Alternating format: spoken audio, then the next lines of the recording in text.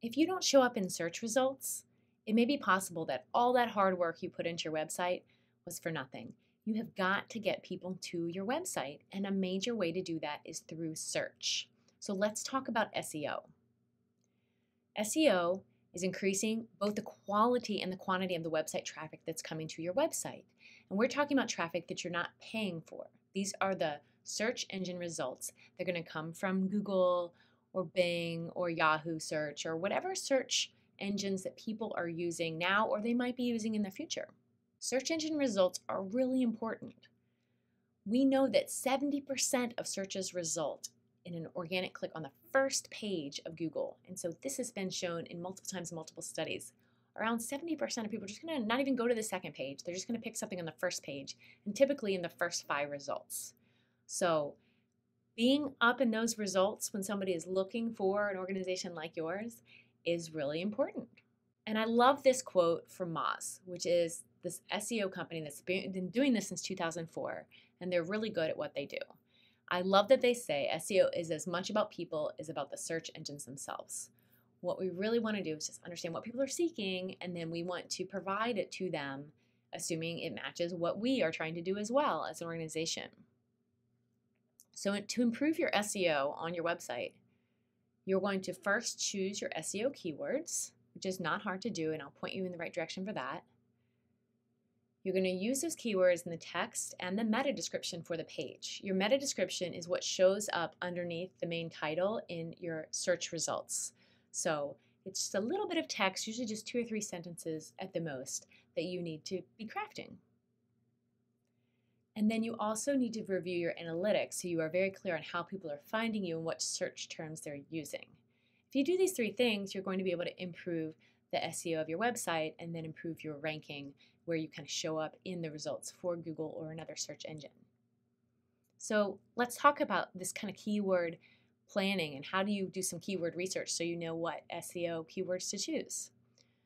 Well, the first place I always start is in the Google Ads space at this tool called Keyword Planner. So this will require you to sign up for Google Ads, but that doesn't mean you have to ever run a Google ad. I've been using this for years and I've never run an actual paid ad. But what you can do then is under Tools area, there's this thing called the Keyword Planner. So definitely sign up for Google Ads, get to the Keyword Planner, and then you can put in terms that you think are related to your organization. So here in this case, I just put in easy pets. Maybe let's pretend like I run an organization that is trying to promote pet ownership for people who've never had a pet before and they might be thinking about their very first pet. So after I put in my term and I press enter, I then get a list of keyword ideas. This is the keyword I provided up here, and these are ideas that Google is providing to me based on searches that they are seeing for related terminology. So you don't have to worry about the cost of any of these things because you don't have to necessarily buy the ads. What you just want to see is people's way they are wording things in Google, right? So easy pets to take care of. Then you would start to say, okay, let's choose some of these phrases that are maybe well used, that are being searched often. If I see something has, very little search, maybe 0 or 100 searches, then maybe that's not a great search term for me to choose. But maybe something like low maintenance pets could be a term that I might want to do some competing on. And I'll compete and I'll use that term in my writing. Another place I like to look is called Answer the Public. This is kind of a weird website. I don't know why this gentleman is always on the website looking out. I don't know the history behind that. So I have to kind of ignore the guy. But what you can do here is you can choose your country, and then you can choose an item, and you can search, and you can see what people are asking about. And so this is great to see what is getting put into different search engines and what people are curious about. You don't have to do a paid plan necessarily. It will let you do like 2 or 3 searches a day completely free. And you can download a CSV that you can use in Excel or Google Sheets with some of the key terms that questions people are asking. Because that's ultimately what you want your website to do, is to answer people's questions around a certain area or topic. Another place to look for potential keywords would be YouTube. When you start to type into YouTube, similar to Google, there are other things that are going to come up. So you can kind of get a sense of what other people are searching for, and that might give you other ideas for keywords. So maybe you decide, okay, we're going to pick 3 to 5 keywords.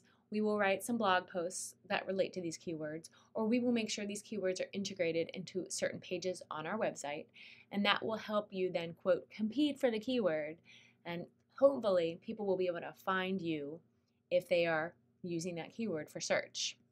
You're going to use your chosen keywords in a few different places. In the page URL, if that's possible. If you are able to get the keyword in the URL, that can only help you. You're going to definitely use it in the article title. So rather than do something super catchy, you can just do something straightforward. The closer it matches what people are putting into a search engine like Google, the more likely it is that they're going to find your content. You're also going to use any chosen keyword in the body text 1 to 3 times. You don't have to do what we term keyword stuffing, which is where we used to write lots of keywords on a page. The search engines are smart enough. They can figure out what the page is about if the article title has the keyword you're going to use and then the body text. I should be clear and say you're just using one keyword or one keyword phrase for each page. So for, let's say, a page, I might say, okay, this is going to do low maintenance pets.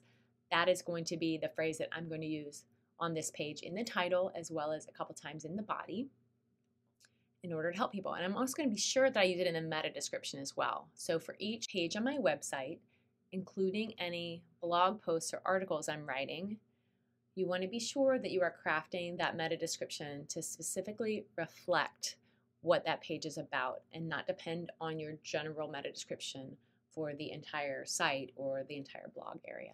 That will help more people find you. So I'm going to use my chosen keyword for the page I'm on a few times in the body text, once in the article title, and in the meta description, of course, too. So after you have a list of 3 to 5 keywords, you're going to choose maybe to write an article, or you're going to recraft one of your pages on your website with one of the keywords or keyword phrases. So it's not using all the keywords on one page, it's using a chosen keyword or keyword phrase for one article or page. So you're going to try to get it in the page URL if that's possible.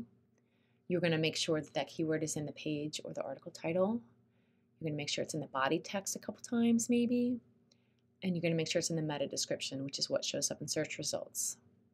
So for example, if I'm going to try to write an article to target that low maintenance pets that we saw earlier come up in the keyword planner, I would be using that in the title, in the body text, maybe up to 3 times. I'll make sure that the meta description is specific for this page. We want to be careful and be sure to go in and do our meta description for each page on our website, each blog post or article we write. We don't want to just depend on the meta description for the site as a whole or the blog as a whole. I've done this, I've put my content out in the world, hoping for better SEO. I'm going to keep an eye on my Google Analytics. So here's an example of a website that I've done some work for. This is the Carolina Yoga Company. And you can see this is a key area where you want to look for your search terms. So under acquisition, Google Analytics is free, so there's really no reason it should not be on your website because it will give you lots of good information. And it's worth any data that they might take on your website traffic. It is still worth it because you will get great information to help you do a better job at SEO and having a user-friendly website. Under acquisition, look for Search Console and then queries. And this will show the search query and how people are actually finding this. So in this case, they're finding Carolina Yoga Company on these different terms.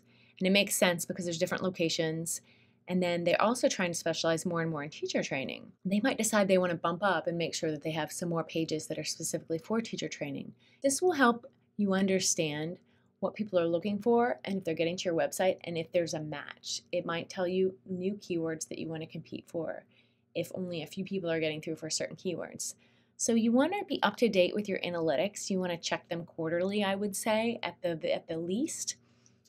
And you want to make sure your analytics are set up correctly. So you want to make sure they are excluding bots and you want to make sure they're excluding you. You don't want to add website clicks to your website data, right? So you will want to make sure that those things are set up where you're not counting people in your own organization or bots as website traffic. And then you should have some good numbers and you should be able to look carefully. You should definitely set up Google Search Console, which sometimes requires a few extra clicks, so that then you can see what are the terms people are searching for and then they end up at your website. So remember, here's what you need to know to just get started with SEO. Choose your SEO keywords, do some research, use your keywords in the text and meta description for the page, and review analytics regularly so that you can see how people are arriving to your site, what are some search terms they are using to get there, and these things should all help with your SEO.